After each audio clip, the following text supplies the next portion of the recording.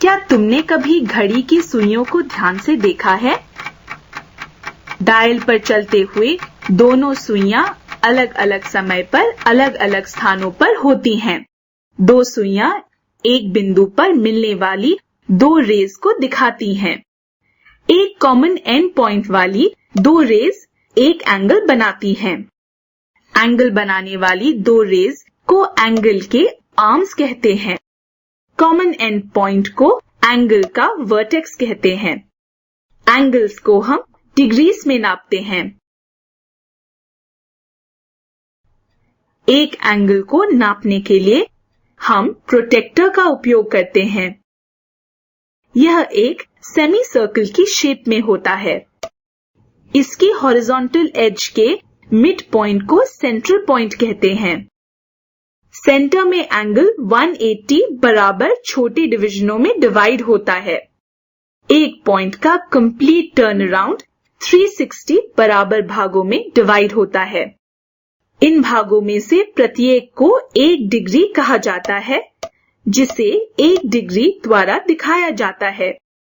जैसा कि आप देख सकते हैं, एंगल की आर्म्स कोई भी पोजीशन ले सकती हैं, जैसे 30 degree, 40 degree, 50 degree, 75 degree, 190 degree, 245 degree. Arms की पोजीशन के हिसाब से अलग अलग तरह के एंगल्स होते हैं। चलो उनके बारे में जानें। एक एंगल जिसका नाप 0 डिग्री से ज्यादा और 90 डिग्री से कम होता है, उसे एक्यूट एंगल कहते हैं। Cute angle? नहीं भाई, एक्यूट। एक्यूट एंगल्स बाकी एंगल से छोटे होते हैं। एक एंगल जिसका नाप 90 डिग्री है, उसे राइट एंगल कहते हैं। ठीक है, राइट एंगल्स एक्यूट एंगल से बड़े होते हैं। ऑब्ट्यूज एंगल्स राइट एंगल से बड़े होते हैं। इनका नाप 90 डिग्री से 180 डिग्री के बीच का होता है। अगर एंगल्स के दोनों आर्म्स विपरीत दिशा में हो तो क्या होगा?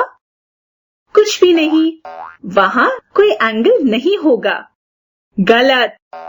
इस तरह का एंगल 180 डिग्री का होता है, उसे स्ट्रेट एंगल कहते हैं। चलो एंगल की आर्म्स को 180 डिग्री से आगे ले जाते हैं। एक एंगल जिसका नाप 180 डिग्री से ज्यादा और 360 डिग्री से कम होता है, उसे रिफ्लेक्स एंगल कहते हैं। ठीक है, अगर एक एंगल की दोनों आर्म्स एक दूसरे को ओवरलैप करें तो क्या होगा? 0 डिग्री, 360 डिग्री। हाँ, दोनों सही हैं।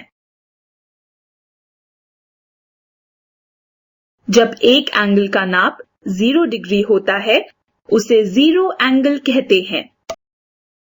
जब एक आर्म एंगल का कंप्लीट टर्न लेती है, तो 360 डिग्री का नाप बनता है।